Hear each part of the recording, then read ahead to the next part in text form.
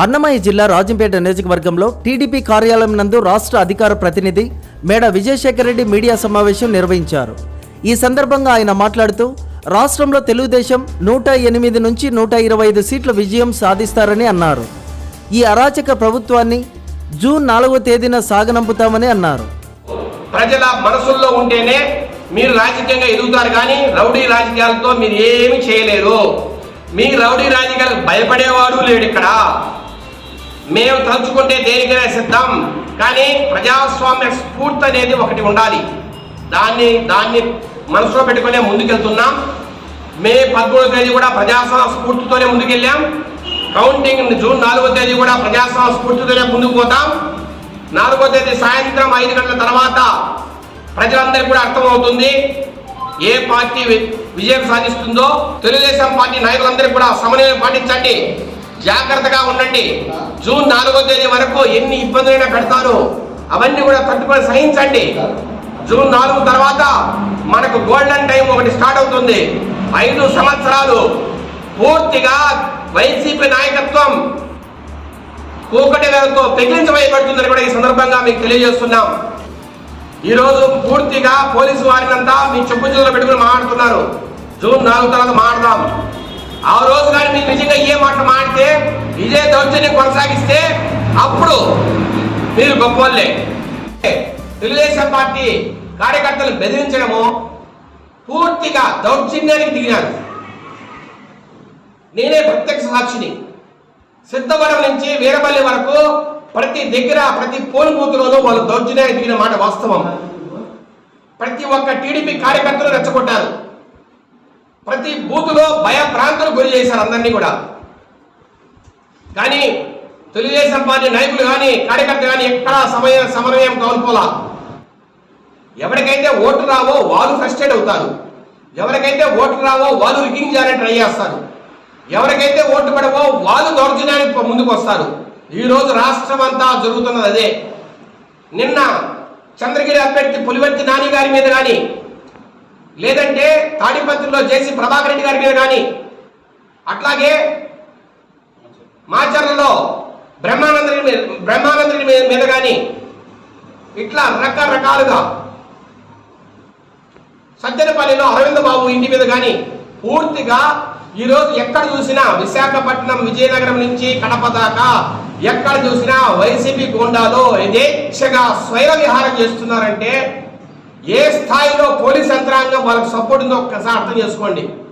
నిన్న పోలింగ్ రోజులు కూడా పోలీసు వారు పూర్తిగా వైసీపీ పార్టీకే సహకరించారు. ఇది నగ్న సత్యం. ఇది నేను చెప్తున్నా. ఈరోజు వైసీపీ వారికే సహకరించారు పోలీసు వారంతా.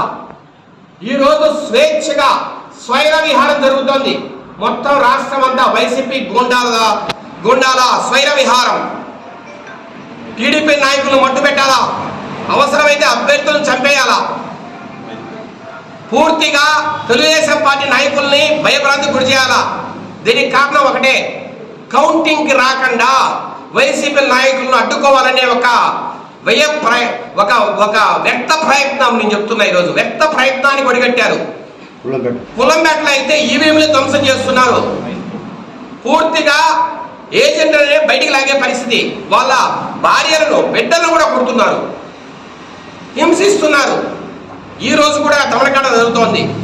ఎక్కడ కూడా పోలీస్ ప్రొటెక్షన్ లేదు తెలుగుదేశం పార్టీ వారికి. ఇదేం కర్మ ఈ రాష్ట్రానికి? ఇదేనా పరిపాలన? ఆఖరికి ఈరోజు భారత ఎలక్షన్ సంఘం, election commission, central election commission ఈరోజు తాకీదులు పంపించింది చీఫ్ సెక్రటరీ జవహర్ రెడ్డి గారికి, అట్లాగే డీజీపీ గుప్తా గారికి ఈరోజు తాకీదులు పంపించింది. ఇంత ఘోరంగా అరాచకంగా ఆంధ్రప్రదేశ్లో గొడవలు జరుగుతుంటే మీరేం చేస్తున్నారు? ఎందుకు మీరు ఈ అల్లర్లను కంట్రోల్ చేయలేకపోతున్నారు? ఎక్కడ ప్రాబ్లం ఉంది? మీరు ఒకసారి గుర్తుపెట్టుకోండి. క్రితంసారి జగన్మోహన్ రెడ్డి గారు విదేశీ పర్యటనకు పోయినప్పుడే చంద్రబాబు నాయుడు గారిని అరెస్ట్ చేశారు. మళ్ళీ చెప్తున్న ఈ మాట, క్రితంసారి ఆయన విదేశీ పర్యటన పోయినప్పుడే చంద్రబాబు గారిని అరెస్ట్ చేశారు. మళ్ళీ ఇప్పుడు విదేశీ పర్యటన పోతున్నాడు జగన్మోహన్ రెడ్డి.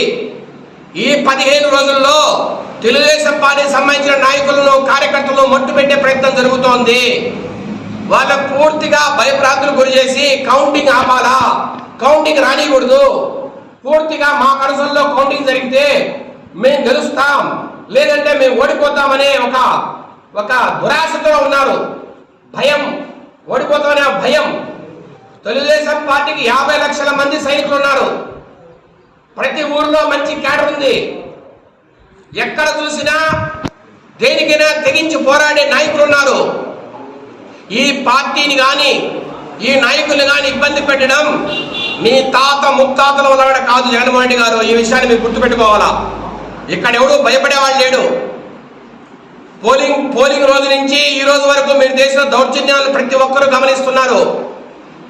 జాతీయ అధ్యక్షుడు నారా చంద్రబాబు నాయుడు గారు రాజంపేటకు వచ్చినప్పుడు మన రాజంపేట వాసుల చిరకాల కోరికైన అన్నమయ్య జిల్లా కేంద్రాన్ని ఇక్కడే స్థాపిస్తాం, ఇక్కడే నెలకొల్పుతాం, మమ్మల్ని గెలిపించండి అనే ఆయన అభ్యర్థనలోనే ఈరోజు వేలాది ఓట్ల మెజారిటీ ఈరోజు రాజంపేట టౌన్లో ఉందని దానికి పూర్తిగా మద్దతు ఇస్తున్న ప్రజలు చూస్తే అర్థమవుతుంది. అట్లాగే రాజంపేట రూరల్ అన్నమయ్య డ్యామ్ కొట్టుకుపోయినప్పుడు ఎన్నో ప్రకృతి వైపరీత్యాలు వస్తుంటాయి, ఎవరైనా కాదనం. విపరీతమైన వానలు పడటం వల్ల, రకరకాల కారణాల వల్ల పింఛా డ్యామ్ తిగిపోయి ఆ నీరంతా అన్నమయ్య డ్యామ్ మీద పడి అన్నమయ్య డ్యామ్ కొట్టుకుపోయి ఇంతమంది ప్రాణాలు పోయినప్పుడు, పూర్తిగా 400 మంది ఇల్లు లేక నిర్వాసితులైనప్పుడు, వాళ్ళ భూములు కోల్పోయినప్పుడు ఈ ప్రభుత్వం పూర్తిగా నిర్లక్ష్య వైఖరి అవలంబించిన కారణంగా ఈరోజు రాజంపేట రూరల్ మండలం పూర్తిగా పశుమయమైంది. ఈ రాజంపేట మండలం ఒక్క మండలంలోనే ఈరోజు 15,000 ఓట్లకు పైగా మెజారిటీ అని ఈరోజు ప్రతి వర్గం వారు మారుతున్నారంటే ఒక్కసారి అర్థం చేసుకోండి. అట్లాగే సుండుపల్లి ప్రాంతం, నందలూరు, ఇట్లా సిద్ధవటం, ఇట్లా రకరకాల మండలాల నుంచి తెలుగుదేశం పార్టీకి పాజిటివ్గా మారుతున్నారు. ఇవన్నీ క్రోడీకరించుకుని నేను ఇప్పుడు ఒక్క విషయం మీకు స్పష్టంగా చెప్పదలుచుకున్నా. ఇదే విషయం జూన్ 4వ తేదీ కూడా కౌంటింగ్ అయినా 5 గంటలకైనా అర్థమవుతుంది అందరికీ. సుబ్రహ్మణ్యం కాదు, 10 నుంచి 15,000 ఓట్లకు పైగా మెజారిటీతో రాజంపేటలో గెలవబోతున్నారు. ఇది సత్యం. అట్లాగే బీజేపీ అభ్యర్థి శ్రీ కిరణ్ కుమార్ రెడ్డి గారు 25,000కు పైగా మెజారిటీలో రాజంపేటలో ఉన్నారు.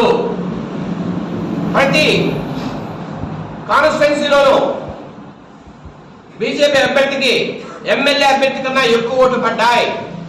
దానికి కారణం ఇప్పుడున్న ఎంపీ మీద ఉన్న వ్యతిరేకతే. అది జిల్లా కేంద్రం కావచ్చు, మెడికల్ కాలేజీ కావచ్చు, అన్నమయ్య డ్యామ్ కొట్టుకుపోవడం కావచ్చు, రకరకాల సమస్యల మీద ఎంపీ గారి నిర్లక్ష్య వైఖరి కావచ్చు, పూర్తిగా కిరణ్ కుమార్ రెడ్డి గారికి అవన్నీ కూడా దోహదపడ్డాయనలో ఎలాంటి సందేహం లేదు. రెండవది, కిరణ్ కుమార్ రెడ్డి గారు ముఖ్యమంత్రిగా ఉన్న రోజుల్లో ఈ రాజంపేట ప్రాంతానికి ఎన్నో రకాలుగా ఆదుకున్నారు. సీఎం రిలీఫ్ ఫండ్ విషయంలో అయితేనేమి, రకరకాల అభివృద్ధి పనుల విషయంలో అయితేనేమి పూర్తిగా ఆయన ఫ్రీ హ్యాండ్ ఇచ్చి ఆ రోజుల్లో మనకి ఎంతో మేలు చేశారని కరుడుగట్టిన వైసీపీ వాదులు కూడా, కరుడుగట్టిన వైసీపీ ఆ బ్రాండెడ్ పీపుల్ కూడా ఈ రోజు కమలం గుర్తు మీద ఓటేశారంటే ఒక్కసారి అర్థం చేసుకోండి కిరణ్ కుమార్ రెడ్డి గారి మీద ఉన్న ఆప్యాయత, అనురాగం ఏ స్థాయిలో ఉందో. ప్రతి నియోజకవర్గంలోనూ ఎమ్మెల్యే అభ్యర్థి కన్నా కిరణ్ కుమార్ రెడ్డి గారికి ఎక్కువ ఓట్లు వచ్చాయి. ఈ విషయం మీకు 4వ తేదీ అర్థమవుతుంది. కాబట్టి నేను ఒక్కడే చెప్పదలుచుకున్నా, బీజేపీ అభ్యర్థిగా నిలబడిన శ్రీ నల్లారి కిరణ్ కుమార్ రెడ్డి గారు కనీసం 1,00,000 ఓట్లకు పైగా మెజారిటీతో గెలుపు సాధిస్తారని మాకు విశ్వసనీయ సమాచారం. 7 నియోజకవర్గాల నుంచి అందుతున్న సమాచారం ఇది. అట్లాగే కోడూరు కావచ్చు, రాయచోటి, మరి ముఖ్యంగా రాయచోటి, పీలేరు, మదనపల్లి, ఎక్కడ చూసినా మనం తిరుగుబాటులో ఉన్నాం. కనీసం 4 నుంచి 6 స్థానాలు అన్నమయ్య జిల్లాలో గెలవబోతున్నాం. ఈరోజు వైసీపీ వారు ప్రతి బూత్లోనూ గొడవ చేయడానికి సిద్ధపడ్డారు. ప్రతి పోలింగ్ బూత్లోనూ గొడవ పెట్టుకున్నారు. నేనే ప్రత్యక్ష సాక్షిని. తెలుగుదేశం జనరల్ ఏజెంట్గా నేను నందలూరు మండలంలో తిరిగితే ప్రతి పోలింగ్ బూత్లోనూ వాళ్ళు అరాచకాలు చేయడానికి సిద్ధపడ్డారు.